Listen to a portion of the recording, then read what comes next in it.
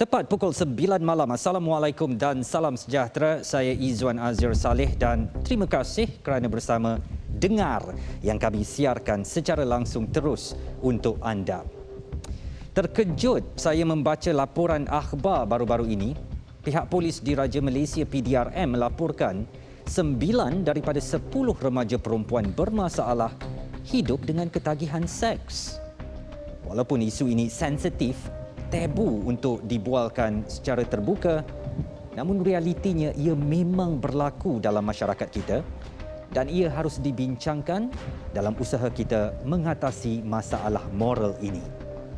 Dan lebih membimbangkan, ia melibatkan ramai remaja belasan tahun dengan cerapan oleh PDRM menunjukkan banyak kes berlaku membabitkan remaja perempuan 16 tahun ke bawah. Dan minggu ini kami bawakan seorang remaja perempuan yang mengalami masalah sama, tapi semuanya bermula setelah dia dinodai ayah kandungnya sendiri sejak berusia 4 tahun. Awalnya ketakutan, tetapi akhirnya perbuatan itu jadi satu keasyikan yang terus didamba nafsunya.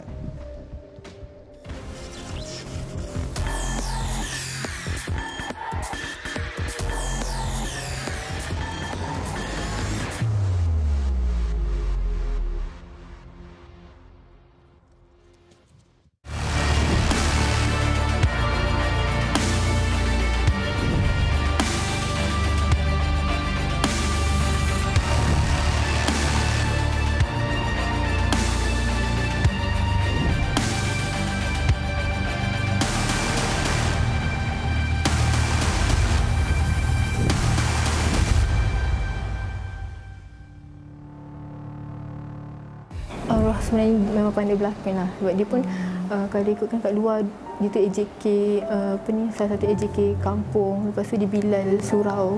Allahu Akbar.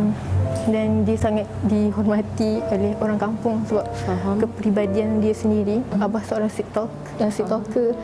So benda-benda tu membuatkan orang tak perasan pun apa yang berlaku sebenarnya. Bahkan datang bilik, angkat bawa pergi tidur kat bilik dia. Dia akan selubungkan satu badan dekat seluar.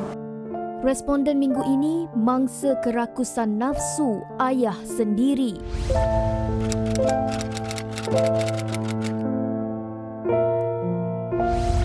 Disangka insan ini akan melindunginya dan menjaga sepenuh hati dengan ikhlas. Namun, semuanya hanya lakonan semata. Sentuhan kasih itu akhirnya memakan diri. Saya rasa saya sangat rapat dengan keluarga, tapi rupanya saya dah hilang kepercayaan dekat diorang. Kenapa saya tak boleh nak meluahkan, sebab sebenarnya saya dah tak percaya diorang tu mampu tolong saya. Abang dia cakap something yang Abah rogut. Dia cakap, kenapa cakap macam tu? Dia kan dah mati, dah lupakan je lah. Awak ni antara anak yang rapat dengan mak, tapi kenapa tak boleh cerita? Macam nak menyalahkan saya. Itu dah adalah kali pertama dan kali terakhir yang saya bercakap tentang benda ni dengan ahli keluarga saya. Sebenarnya saya dah tak percaya diorang tu mampu tolong saya. Dan saya keluar mencari tempat yang boleh bantu saya. Ayah orang kaki masjid, kan kita nak sebutkan orang yang aktif dalam komuniti yang dihormati. Dengan mak pun nampak macam yalah orang yang cakapnya manis, kan, tapi dengan anak sendiri di baliknya Zaza sebutlah sebab ayah kan macam mana pun itulah sepatutnya melindungi kita. Punca jadi macam ni sebabkan kesilapan orang lain. Dan dia nak ketagihan tu semua, dan satu saya sendiri dah penat nak merintih. Episod hitam ini menjadi igawan ngeri. Rasa kecewa, sedih dan dendam telah lama menghimpit jiwa. Dengar akan terus mendengar rintihan gadis ini. Saya perkirakan episod kali ini berat tetapi saya mahu mendengar terus apa yang berlaku. Ustazah Muzayanah sebagai panel tetap terus bersama dengan saya. Ustazah menitiskan air mata ketika menemui mangsa. Kenapa itu berlaku, Ustazah? Allahumma salli ala Muhammad. Bismillahirrahmanirrahim. Izwan, sebab bila Ustazah fikirkan suara daripada seorang anak yang sepatutnya dilindungi oleh seorang ayah, sepatutnya lelaki itu melindungi saya, Ustazah, tapi kenapa dia yang menzalimi saya?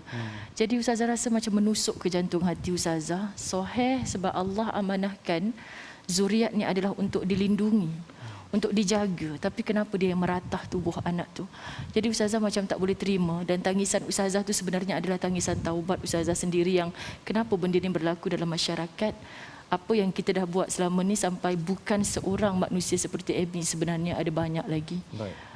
Dan kepada anda semua, untuk kita lebih faham kepada apa yang akan kami bawakan pada minggu ini, topiknya derita kerana nafsu ayah, dan bersama kami di studio ialah Amy, bukan nama sebenar.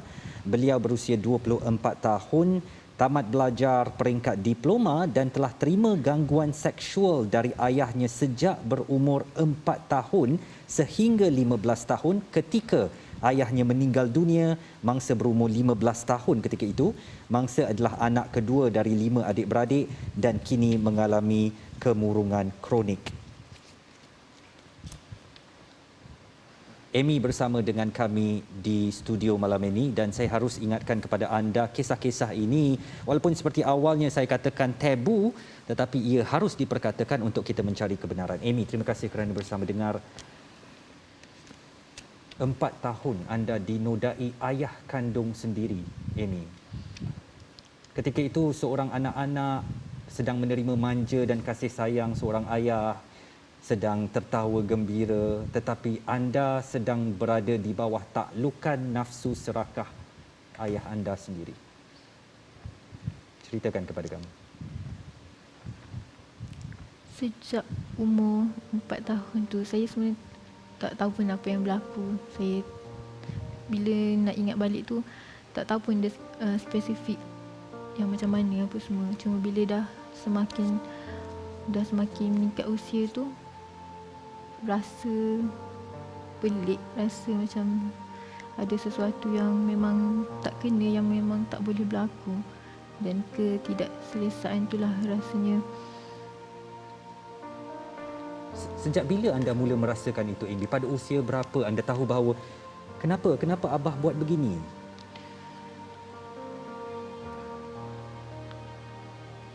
Saya pun sebab saya tak faham apa yang sedang berlaku.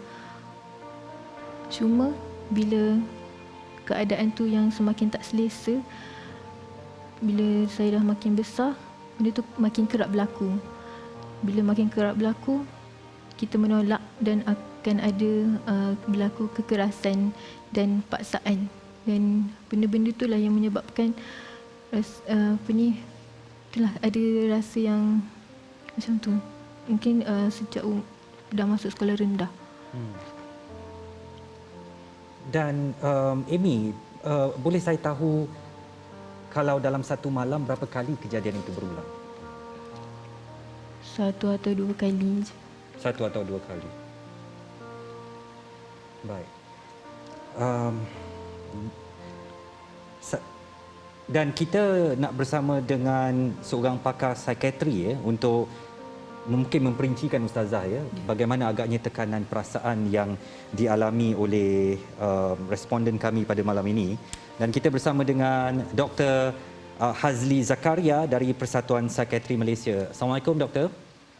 Assalamualaikum, Izwan. Apa khabar? Sihat, Alhamdulillah. Doktor, kita dah mendengar bagaimana kisah ini yang cukup berat sekali, Doktor. Pada usia kecil sehingga remaja dibelasah ayah secara seksual. Dan ini memang satu yang berat untuk ditanggung. Bagaimana agaknya seseorang yang melalui mimpi hitam begini boleh bertahan untuk meneruskan kehidupan, Doktor? Ya. Assalamualaikum warahmatullahi wabarakatuh. Terima kasih Izwan. Terima kasih kepada Ustazah. Terima kasih kepada Amy. Saya rasa waktu Amy untuk nak bercerita ini, saya rasa bukan satu benda yang mudah, amat berat untuk beliau kan. Pada masa sama, beliau rasa ini perlu diceritakan, dikongsi supaya tidak menjadi kepada mereka yang lain. Pada masa yang sama, saya tahu amat berat untuk Amy kerana menceritakan sesuatu yang orang kata cerita buruk tentang keluarga sendiri. Perasaan bersalah itu ada. Itu memang itu pasti. Dan tapi saya harap Amy faham yang ini sebenarnya tidak sama sekali salah Amy. Kerana memang mudah untuk mereka yang kecil tapi diperlakukan sebegitu, mereka terus rasa salah mereka. Dan itu akan terbawa sampai dewasa dan menyebabkan mereka sukar untuk mempercayai lagi sama ada lelaki ataupun wanita, kerana bagaimana mereka mampu untuk memberikan kepercayaan kepada seseorang lain untuk bercerita, tambah pula untuk melalui perasaan cinta. Kalau bercerita pun takut tidak difahami dan tidak dipersalahkan, bagaimanakah, bayangkanlah untuk seseorang itu meneruskan kehidupan di masa depan antara hubungan sesama insan yang lain. Amat mencabar, dan itulah tanpa kita sedar impak yang dilalui mereka yang telah dicerobohi itu. Itu yang saya guna perkataan Izwan tadi, dicerobohi itu. Sememangnya betul. Kita sudah rasa tidak selamat, tidak percaya dengan diri sendiri dan tidak yakin yang orang akan mempertahankan kita sekiranya kita menyerahkan diri kita, menyerahkan cinta kita, menyerahkan segalanya. Inilah satu cabaran. Dan Amy, satu saja pesan saya, bukan salah anda, bukan salah adik, bukan salah anak. Saya tak tahu usia anak lah bagi saya, kan. Jangan sekali terfikir salah anda. Doktor, mungkin kalau perbuatan itu dilakukan oleh lelaki lain sebagai contoh, kita berhak untuk memusuhinya, kita berhak untuk marah dan mungkin mahu mencari keadilan. Tetapi ini dilakukan oleh ayah yang mana kita lahir dari benihnya sendiri. Bagaimana mungkin untuk kita memaafkan, apatah lagi pemangsa ini sudah pun meninggal dunia, dan bagaimana mungkin Amy untuk melanjutkan kehidupan dengan dendam, dengan kemarahan, apatah lagi sosok seorang ayah yang sepatutnya melindunginya tetapi telah meragut kesucian dirinya sendiri. Okey, Izwan, kalau dilakukan oleh mana-mana lelaki, itu tetap salah dan seseorang patut marah. Dan kalau dilakukan oleh seorang ayah, patut lebih marah dan marah. Kerana itu tanggungjawabnya. Dan itu adalah hak seseorang itu untuk marah sekuatnya kerana diperlakukan begitu. Tapi marah itu ada sebabnya, kan? Dan bagaimana sekarang ini kalau kita disuruh jangan marah, tak baik, tak patut marah, itu salah sama sekali. Disebabkan itulah tersimpan di dalam dan mungkin nanti boleh memakan sendiri. Dan kalau kita tengok, kemurungan itu adalah kemarahan yang dipusing dan di-turn inward itu. Jadi sebab itu tak surprise lah untuk seseorang yang pernah dicerobohi itu mengalami kemurungan, mengalami depression. Tidak mustahil benda itu tidak boleh berlaku. Dan bagaimana marah itu kita perlu channelkan dan perlu dikeluarkan. Dan kita lihat cara Amy berkongsi dengan ustazah dan berada di sini untuk orang lain ambil tahu bahawa benda ini benar-benar berlaku. Dan inilah salah satu bagaimana emosi itu dikeluarkan, dan ini boleh menjadi titik permulaan untuk Amy meneruskan perjalanan mencari penyembuhan disebabkan oleh apa yang dilakukan itu. Inilah peluang kita sama-sama untuk membantu Amy memulakan kehidupan beliau. Dr. Hazli, terima kasih kerana bersama dengan kami. InsyaAllah ada kesempatan kita akan berjumpa lagi. Assalamualaikum, Doktor. Dr. Hazli Zakaria, Persatuan Psikiatri Malaysia. Sekejap lagi saya nak tanyakan tentang kemarahan yang masih bersarang di hati Amy dan bagaimana penerimaan keluarganya, apakah melindunginya atau menuduhnya dengan macam-macam tuduhan. Sekejap lagi teruskan didengar kembali selepas ini.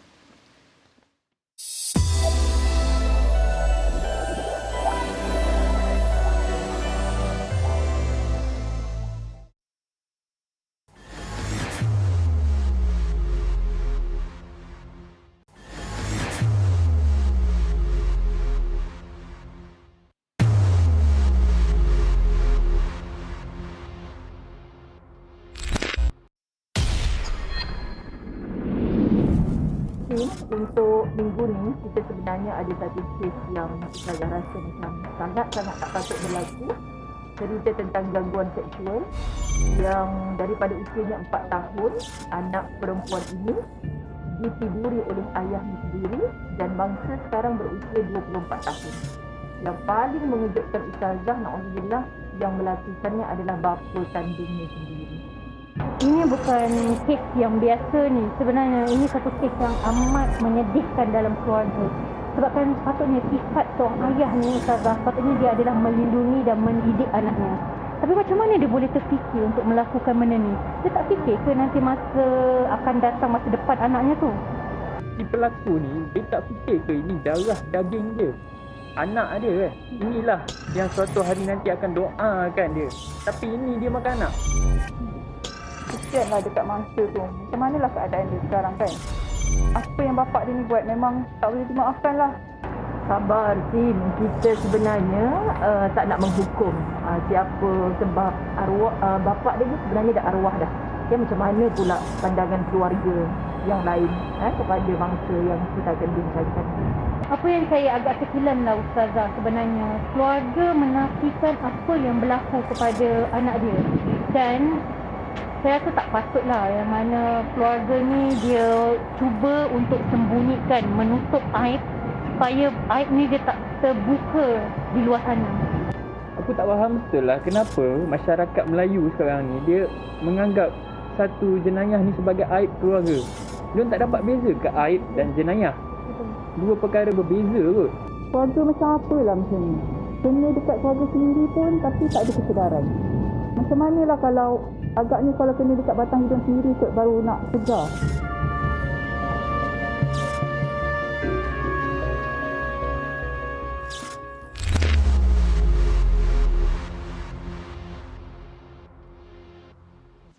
Anda dengar dengan jelas tadi bagaimana keluarga Amy menafikan dan cuba menyembunyikan perilaku sosok seorang ayah, ketua keluarga kepada anaknya sendiri kerana tidak mahu malu dengan masyarakat di sekelilingnya. Ustazah, tindakan keluarga ini ustazah yang hanya mementingkan maruah keluarga berbanding dosa yang dilakukan oleh seorang lelaki ketua keluarga itu. Mungkin nasihat ustazah kepada keluarga dan ibu mangsa ni ustazah.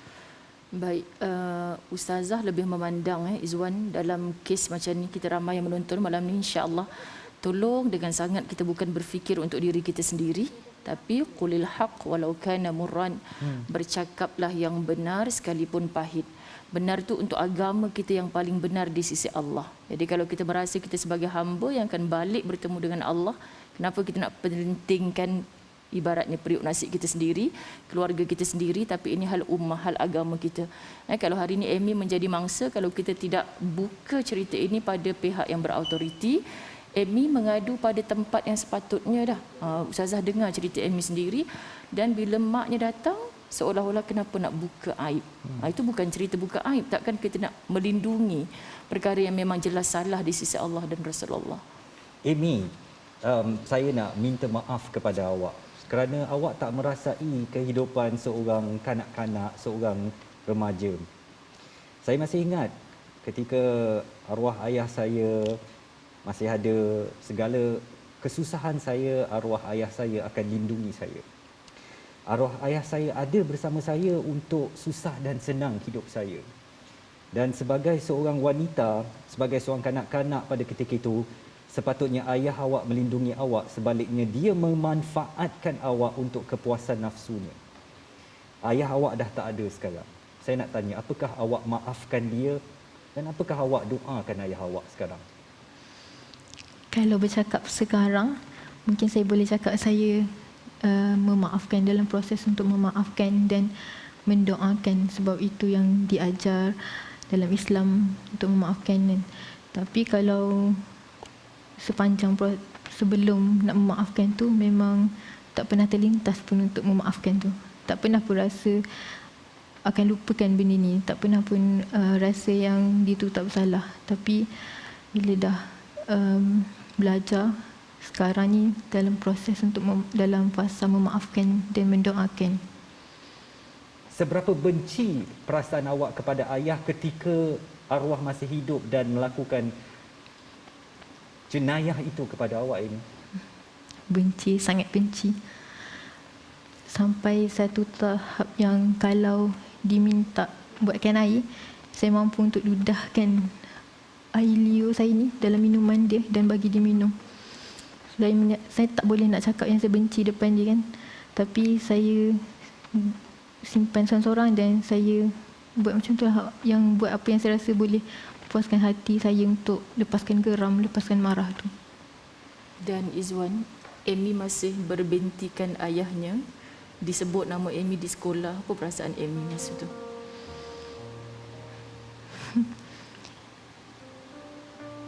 Entahlah, rasa macam bila kita tengok ayah orang lain kan, macam hantar anak dia pergi sekolah, rasa macam oh bahagia je. Tapi bila part saya rasa saya kena lalu dengan ayah yang saya takut, saya benci, saya marah. So saya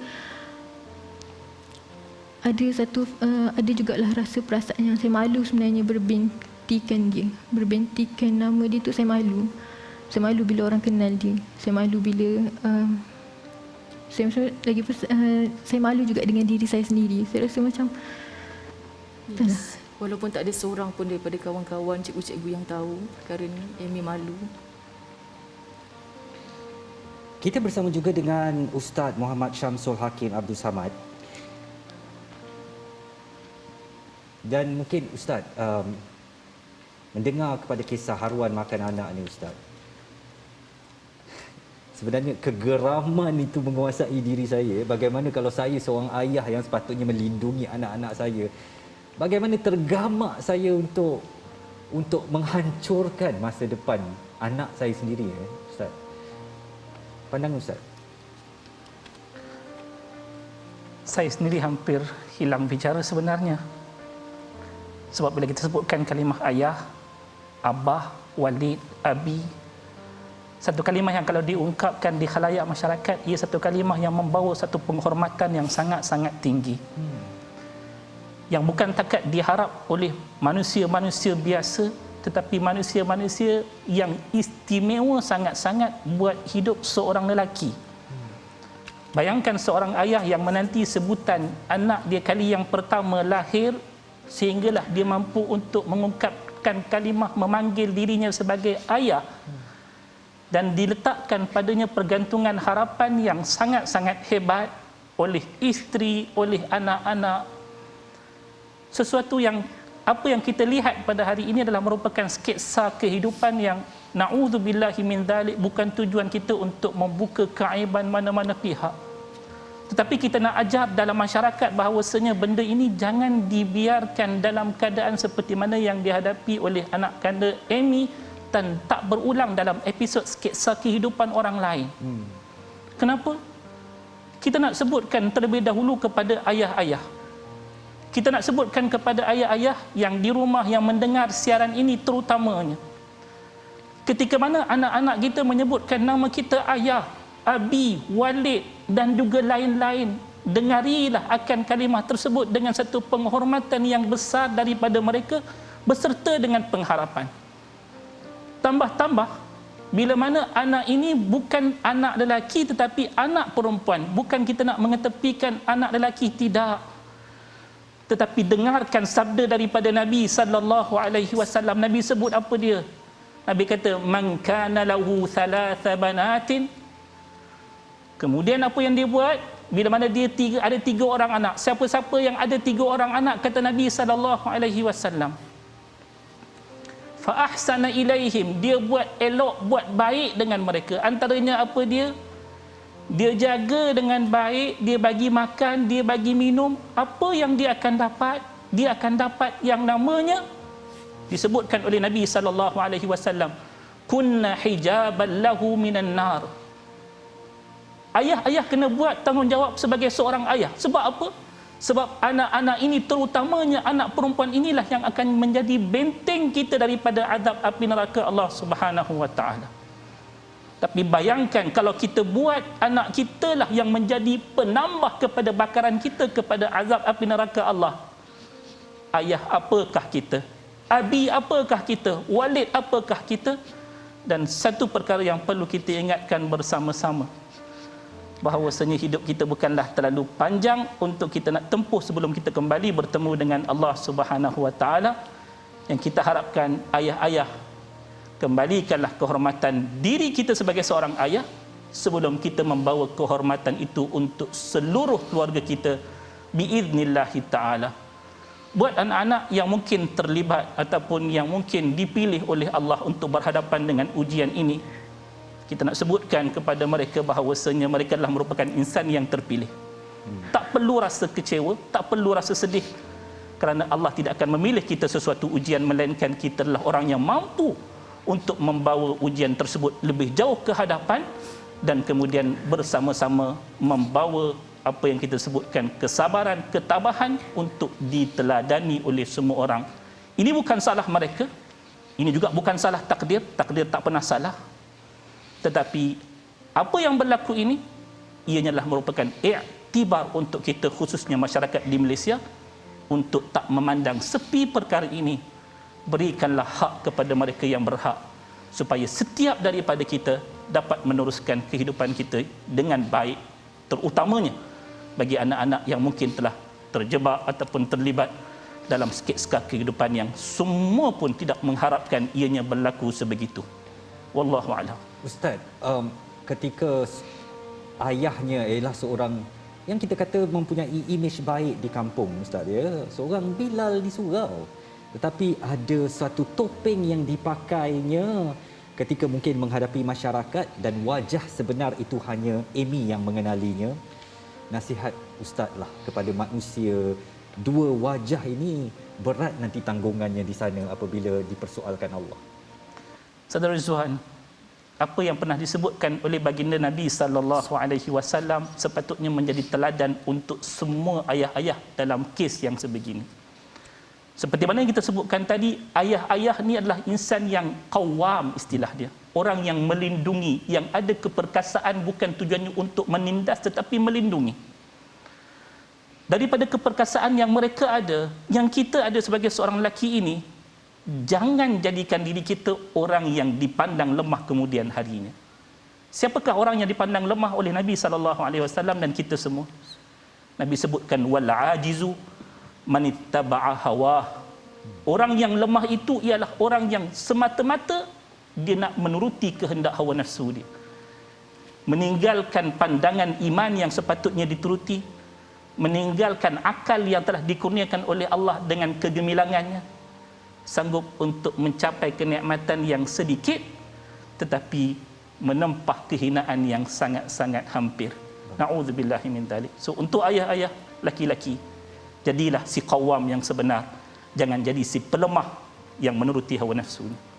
Amy, ayah awak menodai awak sehingga usia awak 15 tahun dan di usia itu ayah awak menyahut seruan ilahi kembali ke rahmatullah. Pada hari kematiannya, bagaimana kelegaan yang anda rasa? Pergi sudah seorang yang menodai hidup aku.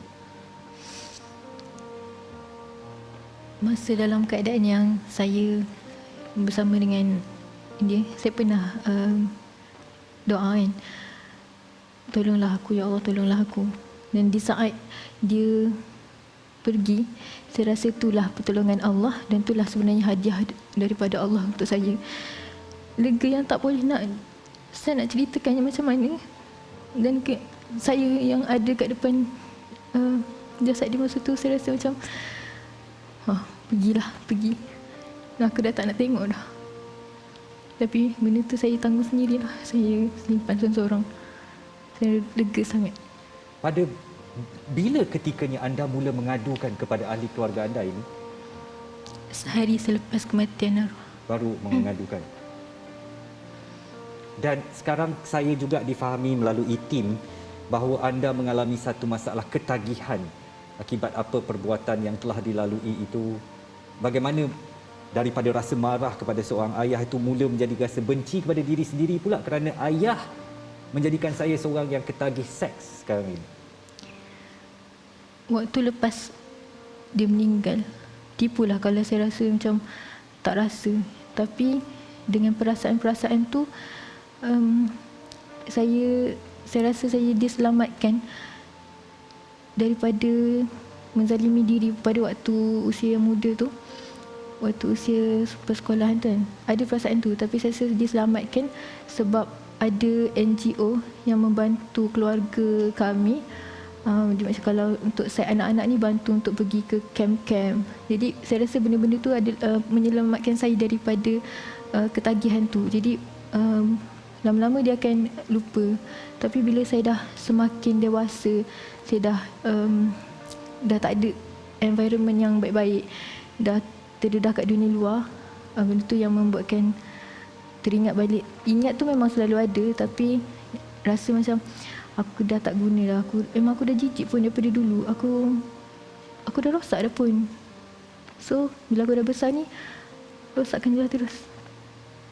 Sekejap lagi kita nak terus mendengar kisah daripada Amy dan kami ucapkan terima kasih kepada Ustaz Muhammad Syamsul Hakim Abdul Samad. Beliau adalah pensyarah Fakulti Pengajian Quran dan Sunnah Universiti Sains Islam Malaysia USIM. Ustaz, insya-Allah di lain kesempatan kita berjumpa lagi. Jangan ke mana-mana, dengar akan kembali selepas ini.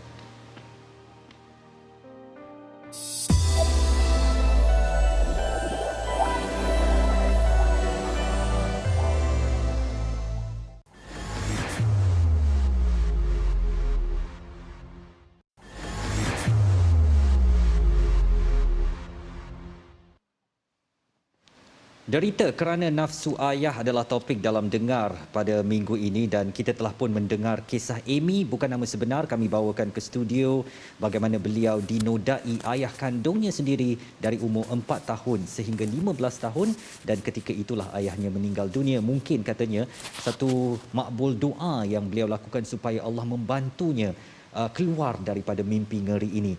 Dan ketika ini Amy tinggal di sebuah rumah perlindungan Raudatus Sakinah dan kita bersama dengan Puan Rosmawati Zainal. Beliau adalah Ketua Pegawai Eksekutif di Raudatus Sakinah. Mungkin saya boleh panggil Umi Ros saja. Assalamualaikum Umi Ros. Terima kasih kerana bersama kita.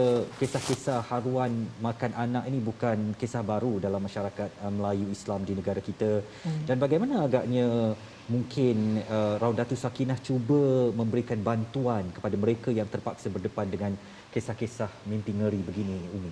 Okey, bismillahirrahmanirrahim. Terima kasih juga TV Hijrah sebab memberi peluanglah kepada kami untuk mengenengahkan permasalahan yang menjadi isu-isu yang sangat luar biasa sebenarnya bagi setengah-setengah orang kan. Sebenarnya bila datang kes pada Raudatus Sakinah pada tahun 1998 tu sangatlah berbeza dengan apa yang ada hari ini. Yang terhidang kepada kita hari ini ni kes-kes yang sangat mendebarkan, yang sangat kadang-kadang menakutkan diri kita. Nak percaya pun macam ya ke? Betul ke? Macam kes Amy yang ada ni kita pun rasa Amy mula bertemu dengan saya sebab dia tulis email. Dia tulis email dan saya terus capture dia tu, saya terus kata datang sini, jumpa. Sebab saya tak nak orang macam Amy ni terbiar langsung dan berjauh-jauhan daripada kita ni yang kita rasa penting untuk dia berada dalam satu persekitaran yang boleh membantu dia. Jadi kalau kita tengok seperti mana Amy ni, ada kes-kes yang sangat lebih menakutkan daripada apa yang berlaku pada dia hari ini. Kejadian yang dia berlaku pada dia pada usianya 5 tahun, ada yang lebih dahsyat lagi hari ini. Yang kita rasa macam kita patut dengar, kita patut ambil atau kita patut bertindak tak kepada ibu ataupun ayah yang sedemikian rupa. Kalau Umi boleh panjang sikit cerita. Semua daripada kita ni akan rasa macam kita geram, kita rasa marah. Especially orang macam Amy ni rasa macam kalau boleh aku bunuh. Perasaan tu ada pada dia. Bukan sekadar dia rasa nak bunuh bapa dia, tapi dia rasa dia sendiri nak bunuh diri dia. Sebab dia rasa dia tak nak lagi hidup dan menghadap benda-benda macam ni. Tapi dalam masa yang sama kita jangan lupa bahawa kalaulah ayah dia masih hidup sekarang, ni kalaulah cerita kalau ya. Bukankah sepatutnya kita membantu juga ayah dia untuk bertaubat? Betul. Dan tentulah ada perasaan tu sekarang sebab hari ini dia juga diberi peluang untuk bertaubat. Dia diberi peluang untuk jadi orang yang baik dan dia diberi peluang untuk membaiki pula orang lain. Dan Umi yakin sangat yang ada pada Amy hari ini, hatinya yang kalau boleh, kalaulah ayah aku hidup hari ini, aku nak dia menjadi ayah yang sangat baik, yang bertaubat. Ayah yang aku boleh banggakan. Yang aku boleh bangga dan jadi seperti ayah-ayah orang lain. Umi yakin ada pada diri Amy hari ini. Umi, kerana kami dah terlanjur tadi bercerita tentang reaksi daripada keluarga Amy, mungkin Umi boleh kabarkan kisah sebenar bagaimana agaknya reaksi keluarga Amy sekarang apabila mengetahui keberadaannya di Raudatus Sakinah dan masalah-masalah yang dihadapi, membantu atau tidak untuk sebenarnya mencari jalan penyelesaian kepada mimpi ngeri Amy sejak beliau berusia 4 tahun. Sebenarnya bukan suatu yang mudah untuk seorang ibu menerima hakikat bahawa suaminya berlaku begini kepada anaknya sendiri. Bukan suatu yang mudah. Dia akan ambil masa lah. Seperti mana kita juga membimbing anak-anak seperti Amy ni. Kalau kita nak anak ni bercakap cerita the whole story, dia bukan 1-2 bulan. Bukan juga 5-6 bulan. Dia akan ambil masa 8 hingga 1 tahun untuk kita cari tu. Kita cari bukan untuk benda-benda yang mensensasikan ataupun nak viralkan cerita-cerita kan, tapi kita nak cari jalan macam mana anak ni boleh keluar daripada trauma kehidupan itu. Boleh nampak bahawa sekarang ni Allah sedang memberi ruang untuk dia menjalani kehidupan sebagai hamba Allah yang baik. Di mana tu? So dia punya masa tu dia akan ambil masa yang panjang. Apatah lagi seorang ibu ataupun isteri kepada ayahnya ni kan, yang kata takkan sangguplah suami aku tu buat macam tu. Dan takkan sangguplah seorang ayah buat begitu kepada anaknya. Tapi kan Umi nak nampakkan kepada kita semua satu senario yang berbeza lah kan. Kalaulah anak ini diberi peluang untuk dibimbing, kemungkinan tak ayahnya dulu tidak dididik dengan betul oleh keluarganya sebelum ni. Mungkin ada fasa-fasa kehidupannya yang mungkin tragik, yang ada trauma-trauma yang tersendiri yang dia boleh jadi seperti itu. So kita juga, kena tengok jugalah sejarah kehidupan ni sebelum. Ustazah, kalau saya tanyakan kepada Amy, Ustazah, Amy, apakah anda mempunyai perasaan dendam kepada lelaki? Ceritanya mungkin anda sendiri pernah terlanjur dengan kekasih anda, hasil permintaan anda sendiri kerana sudah mahu merasakan kenikmatan melakukan hubungan intim itu. Apakah anda mempunyai dendam kepada setiap yang bernama lelaki? Ya. Ada perasaan dendam tu. Memang sejak daripada arwah abah sendiri sampai sekarang. Bagaimana anda mahu berumah tangga nanti jika anda terus memiliki rasa dendam kepada orang lelaki? Kalau kita cakap kalau cakap pasal sebelum, memang perasaan dendam tu membuat-buat. Tapi bila dah makin kita belajar kan, saya dekat Raudatus Sakinah pun memang sangat dibimbing oleh warden. Jadi sedikit sebanyak perasaan tu kembali natural. Tak cakap tak berdendam terus, tak cakap terus macam boleh terima, tapi masih dalam proses belajar untuk menerima. Izwan, selain dendam pada lelaki Amy, Ustazah nak tanya kalau ada dendam kepada perempuan-perempuan lain, rakan-rakan sebaya yang Amy rasa kenapa orang lain dapat nikmat hidup abah yang baik, kenapa tidak aku? Ada tak rasa macam tu? Ada. Lepas tu ada Amy rasa nak menjauh, tak nak berkawan dengan orang-orang lain? Ada juga perasaan tu. Kita nak bicara Umi tentang kesan trauma supaya semua penonton kita dapat, inilah hasil, adakah ini yang kita nak lahirkan dalam masyarakat kita, Izwan? Dan apakah perubahan yang ketara apabila Amy menyerahkan diri kepada Raudatus Sakinah? Perubahan yang ketara daripada dalam diri saya sendirilah. Bila saya buat nekat untuk datang RS, dalam fasa yang saya rasa macam saya dah tak nak hidup. Saya rasa nak baik aku mati je. Aku rasa dah tak ada jalan keluar dah untuk aku. Aku rasa mati adalah cara yang paling terbaik waktu tu. Tapi bila dah datang RS, saya rasa Allah bagi saya peluang kedua untuk saya teruskan kehidupan saya. Kalau sebelum ni mungkin saya tak nampak pun masa depan saya tu ke mana. Saya rasa hidup saya dah tak terarah. Tapi bila saya rasa perubahan tu, bila saya rasa saya dah nampak jalan keluar, saya dah nampak cahaya untuk saya meneruskan hidup saya. Saya dah tak fikir dah nak mati, saya dah nampak hala tuju hidup tu. Dan apakah sekarang Amy masih penting untuk anda meyakinkan keluarga anda bahawa ini benar-benar berlaku kepada diri saya, tolonglah percaya kepada saya setelah ayah telah pun meninggal berapa lama dan mungkin saja keluarga pun tahu tapi tidak akan melakukan apa-apa. Apakah masih anda mahu mereka percaya dan tolonglah dengar apa yang anda mahu katakan ini? Saya rasa sangat perlu sebab bila saya keluar, orang yang akan berada di samping saya adalah keluarga. Jadi bila diorang tak percayakan saya, bila diorang masih tak terima tentang kenyataan ni, so macam mana saya nak minta support daripada diorang? Mungkin sekarang saya rasa saya kuat sebab ada orang-orang yang bimbing saya. Saya ada Umiro, saya ada warden, saya ada kawan-kawan sekeliling. Tapi bila saya dah kembali ke pangkuan keluarga, macam mana saya nak teruskan kehidupan saya kalau keluarga sendiri tak dapat nak terima benda tu? Jadi kepada siapa pula saya nak mengadu? Jadi saya rasa sangat penting untuk keluarga saya tahu, untuk diorang tu lindungi saya sendiri. Umi, saya masih belum boleh, kata orang belum boleh brain lah ya. Memang kenapa agaknya keluarga ni nak menjaga maruah keluarga. Sedangkan Masya Allah, anaknya sendiri yang terpaksa menanggung semua ni kan. Yang dia pentingkan itu apa? Pak Mail ujung kampung cakap kepadanya, Tok Siak pandang pada dia kan. Sebab tu saya tak boleh nak. Zuan, dia bukan suatu yang mudah. Bukan suatu yang mudah.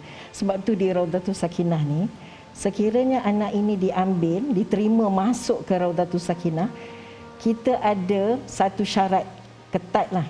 Di mana ibu, ayah ataupun keluarga penjaga ataupun penjaga kepada anak-anak ni mesti bersama dengan kita pada setiap perbincangan. Mesti. Sebab kalau anak-anak ni di tempat di Raudatus Sakinah, kesilapan mereka ini bukan 100% mereka. Tapi ada kesilapannya daripada ibu ayah, keluarga dan mungkin kawan-kawan yang dekat luar sana. Tapi kita nak masukkan mak ayah ke Raudatus Sakinah tak bolehlah pula. Ini adalah untuk anak-anak remaja. So sebab tu perbincangan ni sangat krusial, sangat penting. Sebab kita nak nampakkan kepada mak ayah mereka boleh berperanan. Kita tak boleh dengan mak ayah ni, kita tak boleh nak cakap oh ni salah begini, ni salah begitu. Tak sama macam kita bercakap dengan anak-anak. Sebab orang yang dewasa ni susah nak admit kesilapan. So kita kena from time to time, dari masa ke semasa kena cakap, oh anak ni begini, anaknya begini, boleh ke encik, boleh ke puan, ambil masa tengok balik, muhasabah balik diri, mungkin boleh buat sedikit pertukaran, sedikit pembaharuan dalam mendidik dan membimbing anak-anak. Sebab ini bukan anak yang seorang, ada lagi anak-anak yang lain. Baik. Ustazah, dan Ustazah memang sangat terkenal dengan frasa berdamai dengan takdir. Itu memang trademark kepada Ustazah Muzayanah. Bagaimana agaknya Amy boleh berdamai dengan takdir? Ustazah jangan jawab dahulu. Kita nak dengar jawapan Ustazah sekembalinya kita daripada rehat ini. Jangan ke mana-mana, dengar akan kembali sekejap lagi.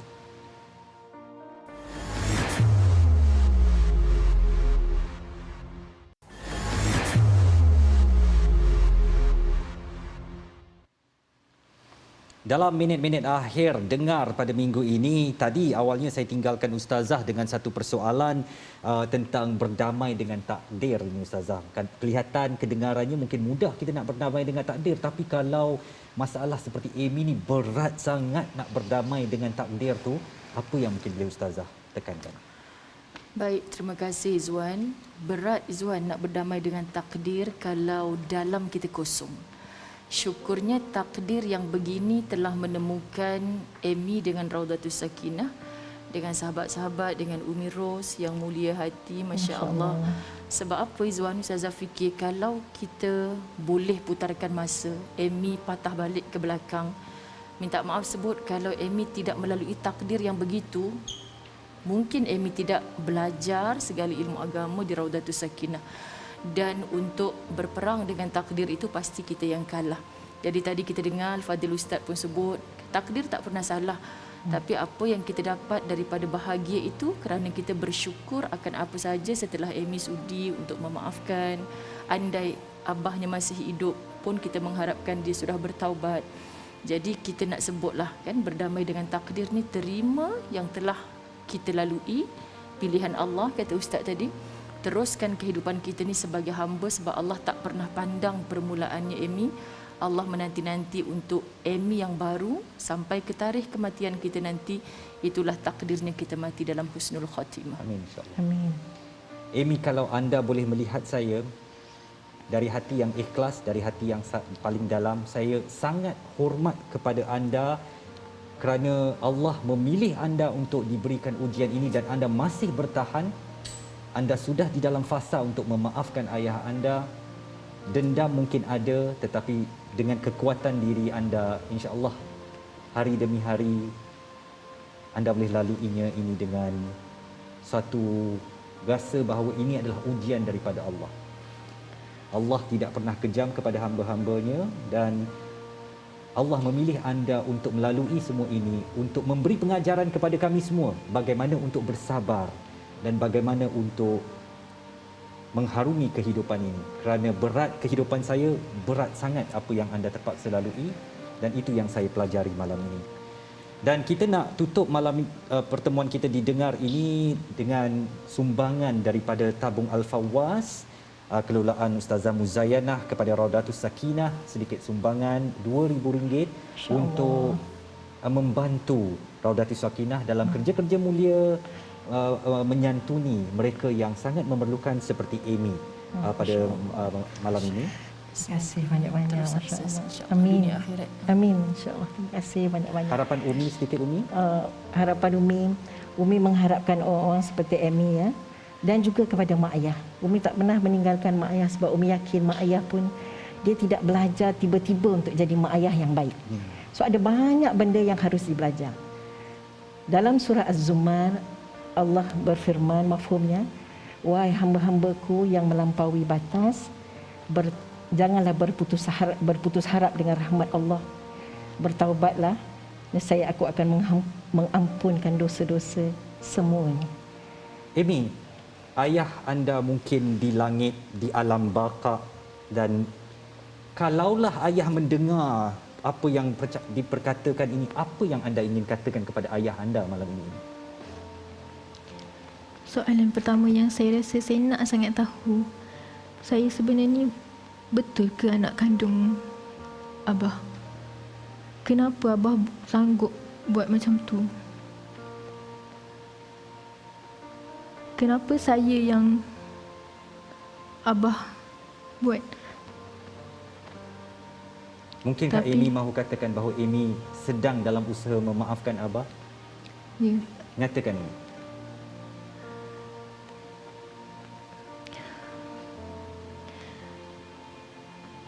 Saya terima apa yang Allah takdirkan untuk saya. Saya cuba untuk belajar terima dan cuba untuk hidup dengan keadaan saya. Saya memaafkan Abah. Cuma saya harap kalau dapat diputarkan kembali waktu tu, saya harap benda ni takkan berlaku. Sayangilah saya ni macam mana seorang abah patut sayang kat anak dia. Manjakan saya dengan belayan manja seorang ayah kepada anak.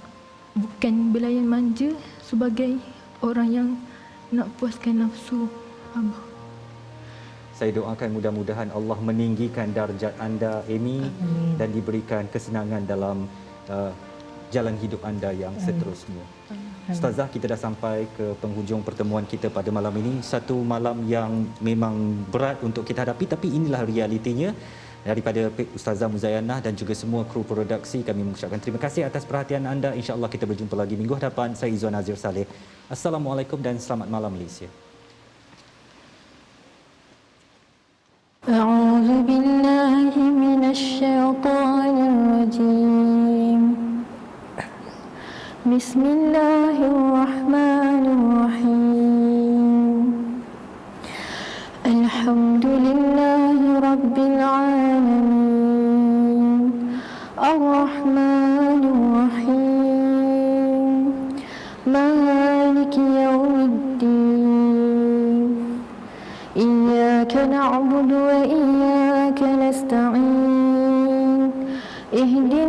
الصراط المستقيم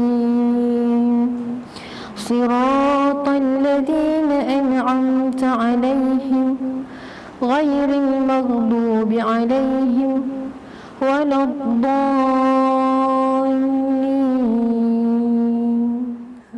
Dengar akan ada sinarnya,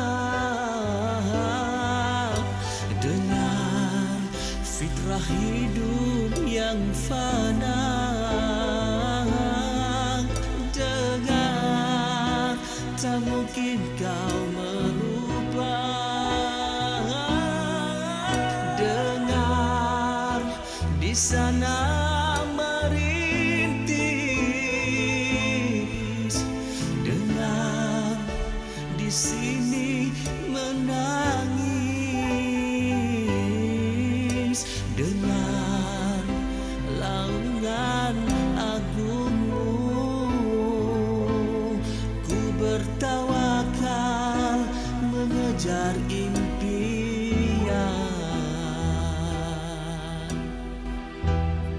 Dengar akan ada